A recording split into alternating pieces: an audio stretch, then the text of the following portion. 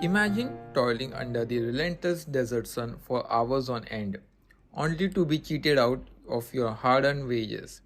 Wage theft is a vicious cycle that trapped many migrant workers, most from South Asia and Africa.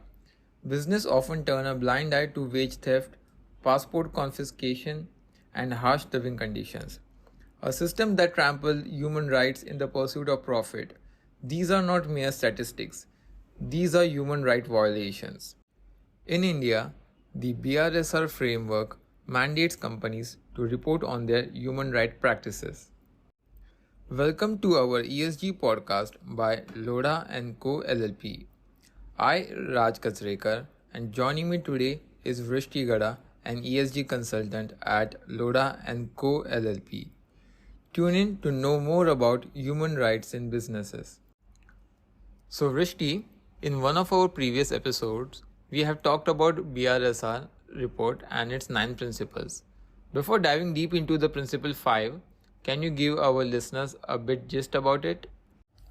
Sure, Raj. So BRSR basically, which is our Business Responsibility and Sustainability Report, was mandated by SEBI since 2021, and the top 1000 listed companies were mandated to report on the indicators mentioned in BRSR. BRSR has 3 sections: Section A, Section B, and Section C, as per the reporting format. And Section C has leadership indicators as well as essential indicators. Essential indicators are mandatory to be reported, while leadership indicators are voluntary. So principle 5, which is basically one of the 9 principles given by NGRBC, has 10 essential indicators and 5 leadership indicators, emphasizing on business and human rights. Since we are talking about human rights, what is current scenario specifically in India when it comes to reporting human rights?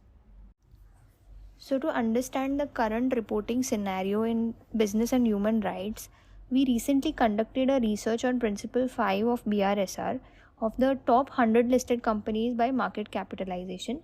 The research was for BRSR report published in financial year 22-23. So Principle 5, as we all know, addresses business and human rights, and it includes 10 essential and 5 leadership indicators in the previous format. Now the format has been updated as per circular released in 2023. This research was purely a desk research which was based on the data available in public domain, and our study focused on the reporting patterns related to business and human rights. So surprisingly, we came to know while conducting this research that these top 100 listed companies represented 68% of the total market capitalization as of March 31st, 2023, and it amounted approximately to I think 176 trillion or $2.2 trillion. So business and human rights is a very crucial aspect of ESG, covering the S factor of ESG, particularly when it addresses how the companies impact the human rights and well-being of individuals and communities they are impacting. And the reference that we used for identifying the loopholes and the gaps in the reporting pattern was as per the SEBI's guidance note that had been released for BRSR, and also National Stock Exchange's integrated guidance note, which was specific for different sectors. And these guide notes are also available on public domain, and they entail details on how companies are required to report on each and every indicator of BRSR. So like I mentioned before, leadership indicators were voluntary to be reported.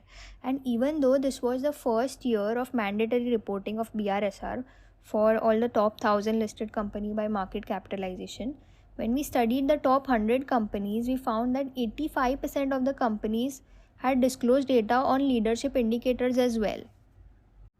Would you like to throw some light on the major findings of your research work?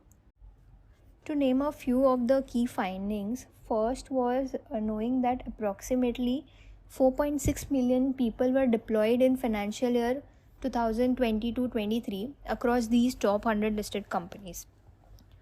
Then there was an indicator, which was indicator 6, which asked companies to report on the number of complaints for various human rights related issues.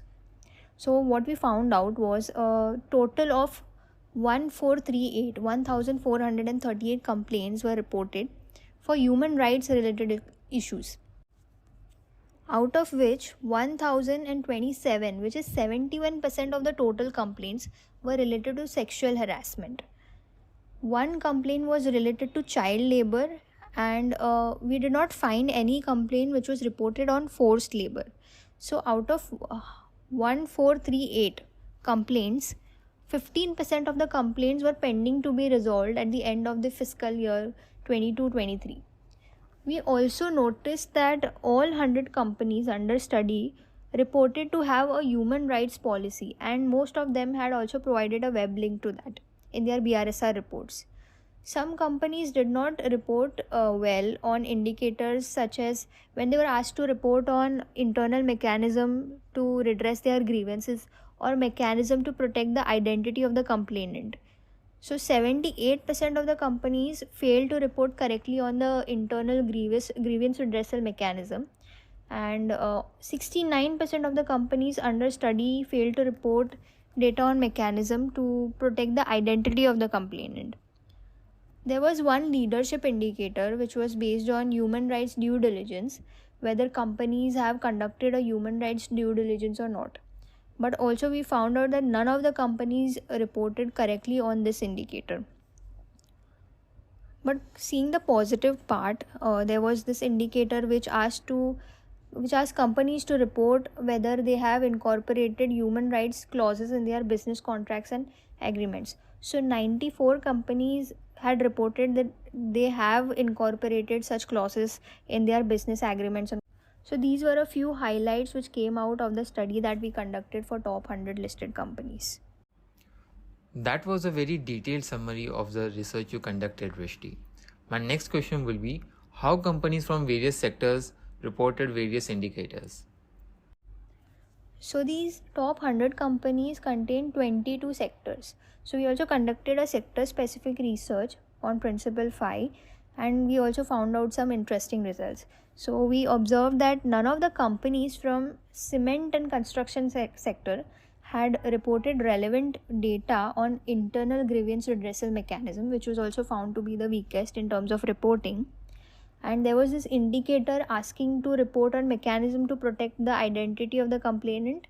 So software and services sector followed by utility sector had majority of the companies to disclose mechanism. So out of the companies that had reported, only companies from software and services sector and utility sector had reported, and none of the companies from FMCG sector had disclosed information on the mechanism part.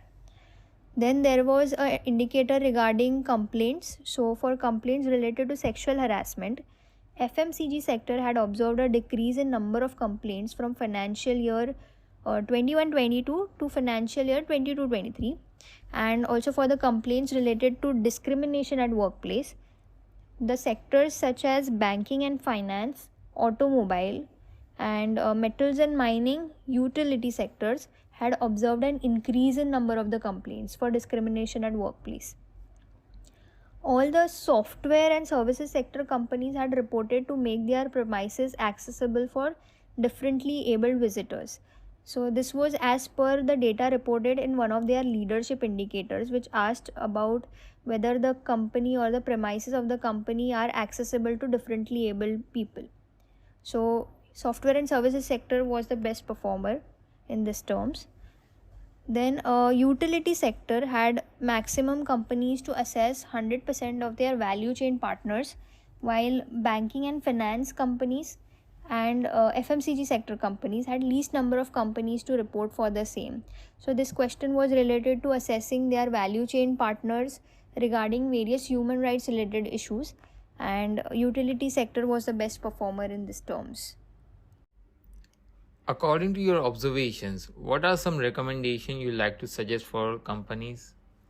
So based on the study that we carried out, we found out a few loopholes in the reporting patterns. And to name a few, first recommendation would be strengthening the data management system. So it is comparatively easier to have a control on maintaining the financial data, but maintaining non-financial data is not easy. And for that purpose, maintaining a robust system should be considered very important for a company. Second would be, I think, in case there is an indicator which is not applicable to the company due to nature of their business, Companies should explicitly say that it is not applicable rather than mentioning irrelevant information, because if the vague information has been reported by company, it will hamper the quality of their BRSR report. Third would be companies can also provide reference links or web links wherever possible and applicable. Fourth, I would say for indicators on internal grievance mechanism and mechanism to protect the identity of the complainant, which were not reported correctly by maximum number of companies as per our research.